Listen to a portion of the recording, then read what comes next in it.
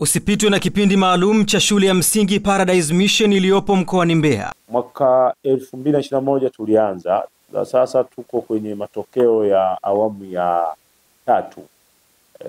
Tumetoa matokeo ya awamu ya 3 kwa sababu wakati tunaanza tulianza madarasa yote. Walihamia madarasa yote. Kwa hiyo darasa la 7 2022, 23, 24 madarasa matokeo yalitoka wastani wa A iliyo bora. Darasa la 4 na wenyewe walifanya vizuri zaidi, wakapata A zilizo bora kwa miaka hiyo ambayo tumeanza. Shule yetu kwa sasa imekuwa ndio kimbilio la mkoa wa Mbeya. Imekuwa ndio kimbilio mkoa wa Mbeya.